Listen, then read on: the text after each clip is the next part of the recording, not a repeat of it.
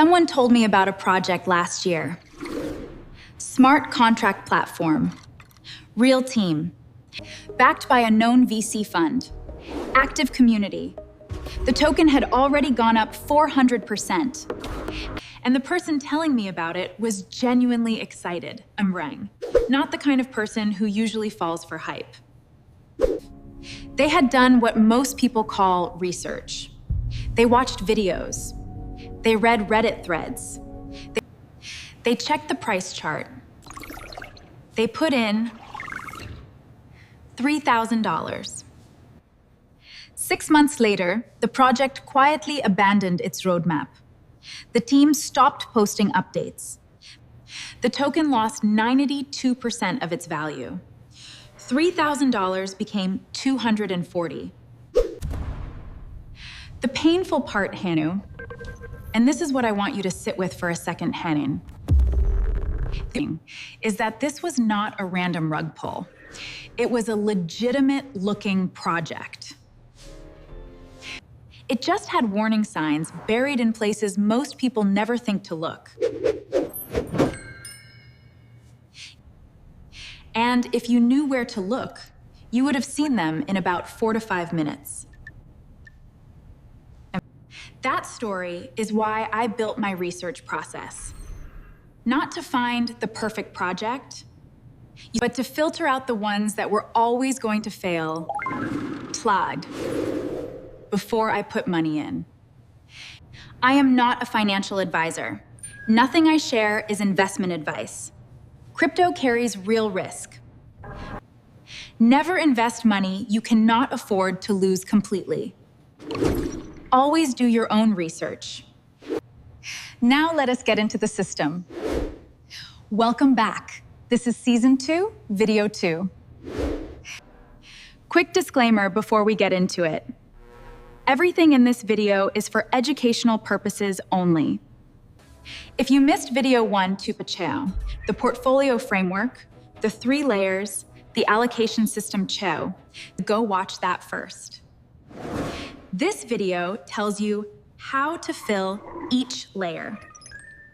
You need a strategy to implement this, but you also need the mindset to execute it. That's where the wealth blueprint comes in. Today, I am giving you the process I call the 5-point crypto audit. 5 specific things I check on every project before I buy. In order, no shortcuts.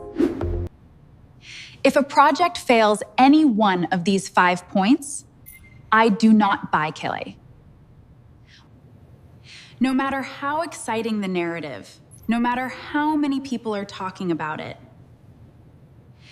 no matter how much it has already gone up. Let us go through them one by one. Point 1.10, tokenomics. Tokenomics is the economic structure of a cryptocurrency. It tells you who owns the supply, how new tokens enter the market, and whether the system is designed to reward long-term holders or to slowly transfer wealth from buyers to insiders.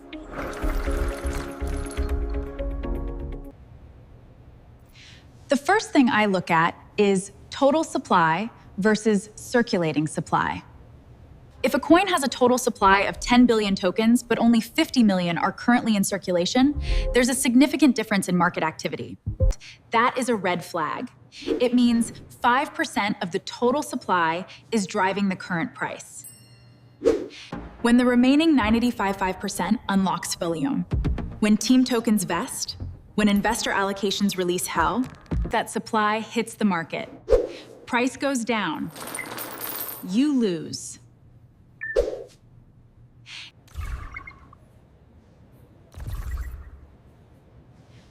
The second thing I check is the vesting schedule.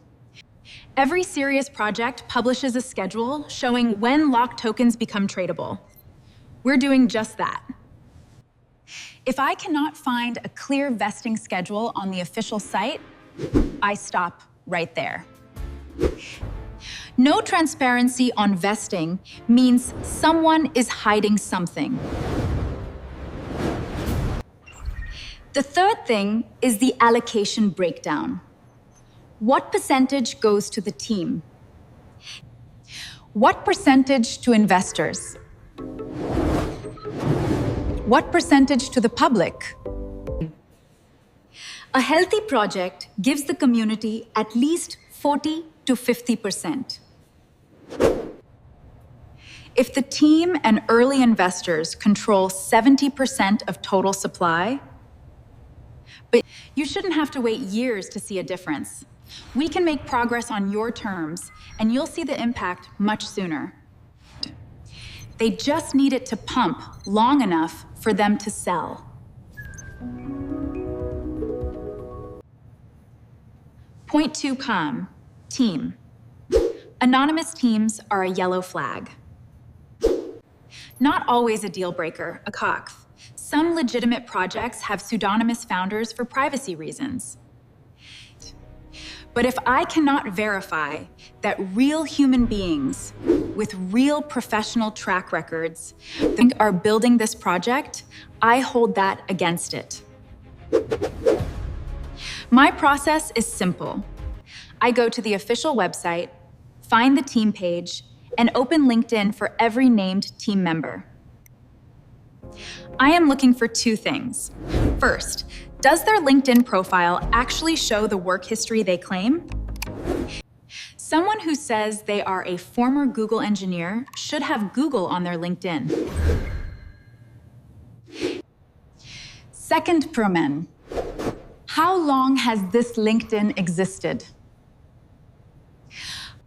A profile created 6 months ago with 500 generic connections and no posts is almost certainly fake. Then I go to GitHub. I want to see an active code repository with recent commits. You know, when a blockchain project hasn't pushed code in 3 months, it's a huge red flag. Cobwebs and dust just don't belong in the digital world. The project is either finished, abandoned, or never had real developers in the first place. The GitHub tells you what the team is actually doing versus what they say they are doing. Point 3, hemming, on-chain data. This is where most beginners never look. On-chain data shows you what is actually happening on the blockchain. Feel. You see real transactions, real users, real money moving. Marketing can say anything. On-chain data cannot lie. The 3 metrics I use are total value locked, daily active addresses, and transaction volume trend. Total value locked PIME, called TVL tells you how much real money is sitting in a protocol. With over 100 million in TVL, our platform isn't just a concept. It's built on real users, real activity, and real results. You've heard about projects claiming to be the next Ethereum, like this one, with 50,000 in TVL. It has a community of people talking about it, not using it. Big difference. So, daily active addresses is a pulse check. Are real wallets interacting with this blockchain every day? Welcome. It's important to see a future that is always growing. Notice how these numbers are steadily increasing. If daily active addresses have been dropping for 6 straight months, negative wallet activity.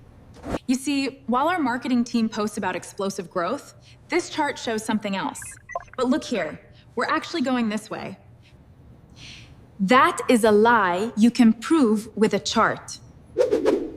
This is not the only way.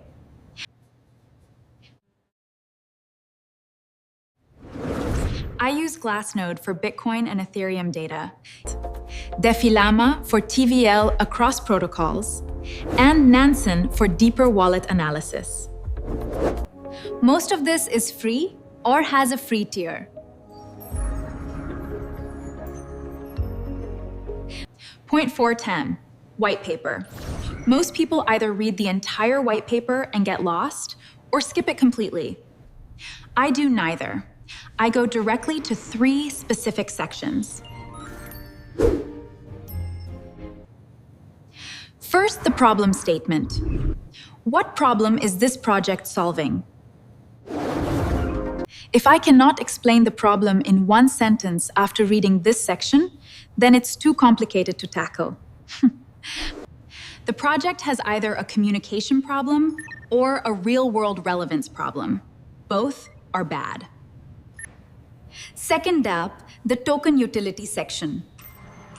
Why does this project need a token? What does the token actually do inside the ecosystem?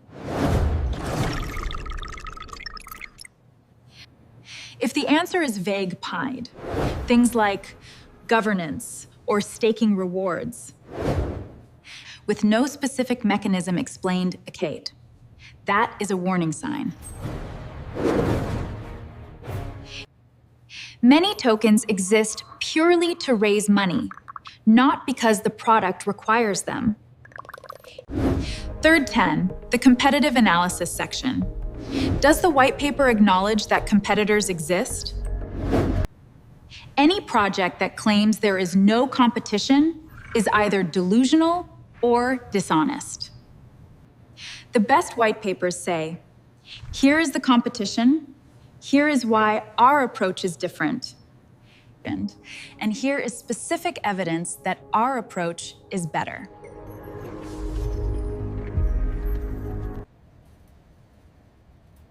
Two things that instantly disqualify a project for me, a payer. You know, a white paper with no date or version number has never been updated since launch.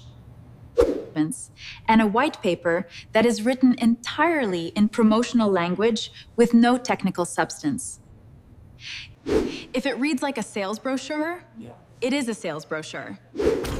That's why we're different.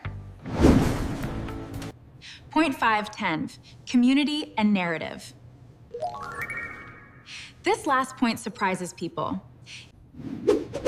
You might expect me to say community does not matter, that fundamentals are all that count.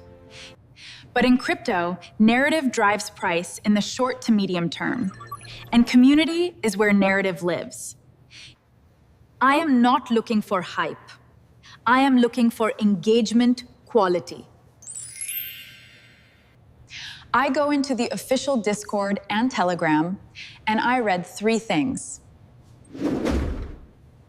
Newcomers often ask about the hidden truths. Are the answers clear and honest? Yes, absolutely. It's about transparency and help. What do the most active community members actually talk about and find? You know, everyone's talking about price, but what we're focused on here is the substance. What are the product updates, and how can we use them to our advantage? And how does the team respond to criticism? With transparency or with deletion and banning? In our community, we ended up spending all our time talking exclusively about price. And the team deletes negative comments is not a community. It is a cult with a market cap. I have been in those communities. The exit is always the same. The second thing I look at is narrative fit.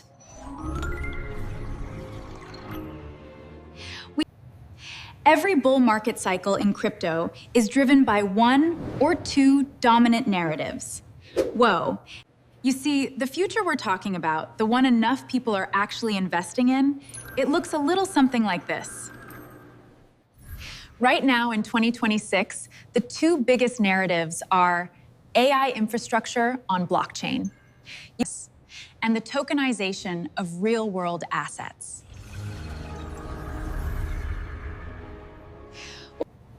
A strong project aligns itself with a narrative that people already believe. You've got this great idea, right? But it feels like you're alone in a sea of competition. Let me show you how to navigate it. Those are the 5 points: tokenomics, team, on-chain data, white paper, and community. Every single project, every single time. No exceptions. I want to be honest with you about something.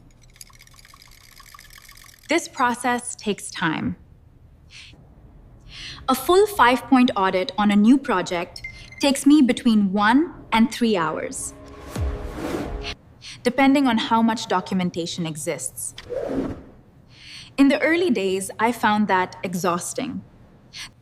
Now I find it clarifying, because 90% of projects fail the audit before I even finish.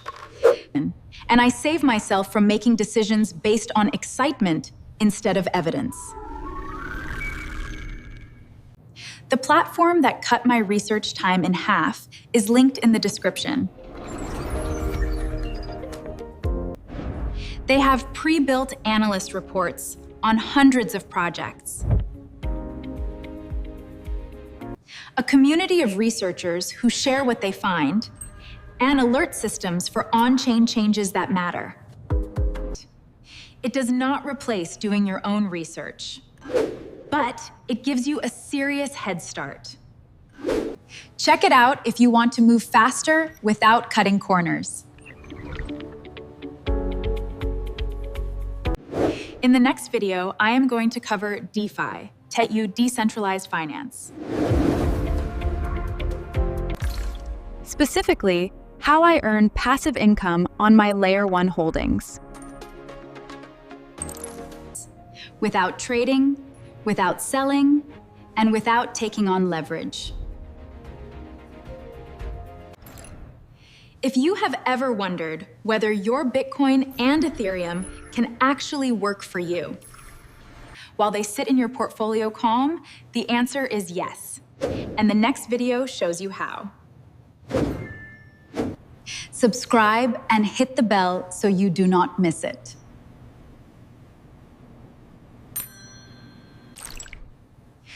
Drop your biggest question about crypto research in the comments. I read every single one.